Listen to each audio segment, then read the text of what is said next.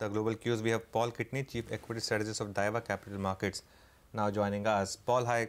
Good morning. Thanks a lot for joining us. Your thoughts on how the year has shaped out so far, and your prognosis for the action going forward. Do you reckon that emerging markets can eke out some outperformance going forward? Yes, good morning.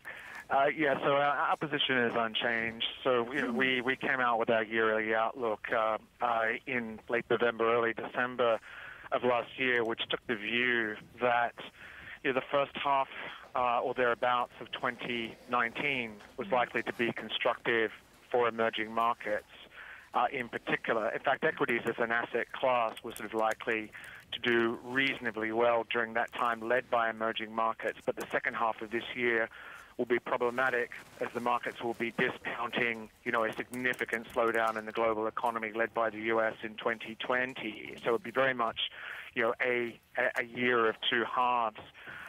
So our view is that it has been, again, since the end of last year, that in Asia we would be overweight emerging markets, in particular and ASEAN.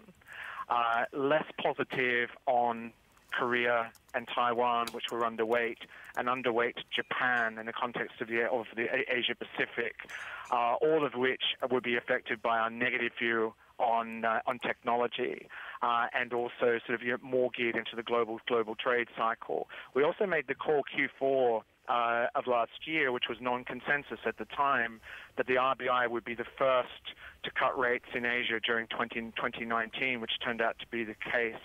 So India is dealing very short-term with some supply issues on the government bond side and near-term fiscal policy ahead of the elections, but we see that as only a sort of a short-term blip.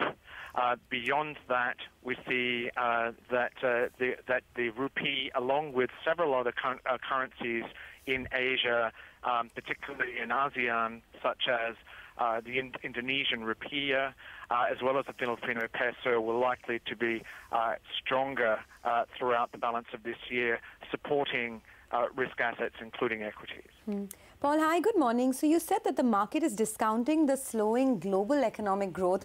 Added to that is the lingering fears over the US-China trade talks as well. Put together, if the second half of 2019 is problematic, what kind of damage do you see in the markets, global markets that is, and where do you see the larger casualties come through? So we see significant risks in equities. In fact, our view is that equities as an asset class will probably peak out for the cycle by middle of this year, and then essentially multi-year bear market. So we think that there's a prospect in the second half of the year for emerging markets to outperform, but it's difficult to see much of a bifurcation in emerging markets beyond about a quarter or so. Just historically, that's never been the case. So our view is that in 2020, the US will be in recession by around the middle of the year. The markets tend to dip ahead somewhere between 9 months and 12 months, which means essentially we should be very cautious on equity markets by the middle of this year. There are some risks, and one of which has already been mentioned on your program, which is the potential for negative earnings surprise in the US.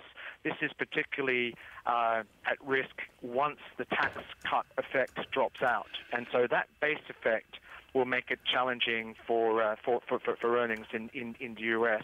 But to answer your question about where we see the major casualties, we see them largely in developed markets, and in particular, we would see risks in Europe as sort of being number one, but also potential risks in Japan.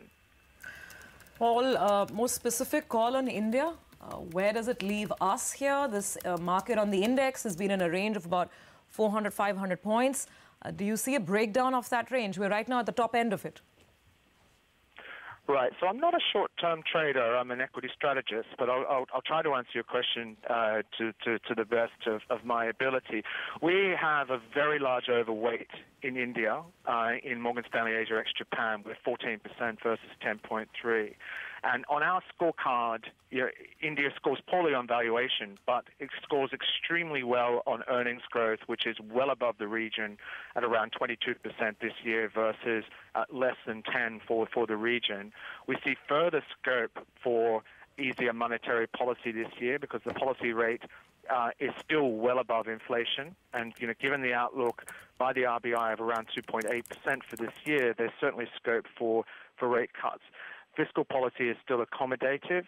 So we think that India is our top pick for 2019, and we see the prospects for emerging Asia being good, particularly in the first half of this year. So we do see some decent upside. So we don't really sort of see India breaking down here.